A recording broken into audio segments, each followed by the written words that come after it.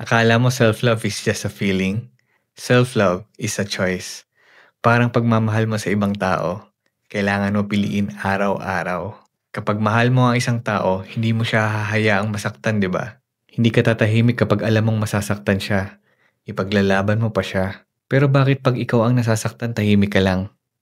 Bakit kapag ikaw ang nasa toxic relationship, hirap na hirap kang kumawala?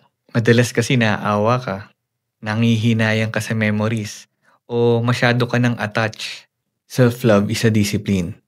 It's saying no sa mga bagay na sisira sa'yo, kahit masarap pa siya sa pakiramdam, kahit masaya siya sa simula. Di ba mas madaling magbigay ng advice sa ibang tao? Kasi detached ka sa kanila. Walang attachment.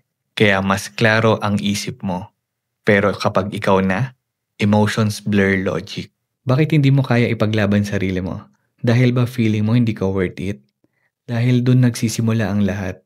Kung naniniwala kang mahalaga ka, ipapakita mo to sa gawa, hindi lang sa salita. Self-love is a choice every day.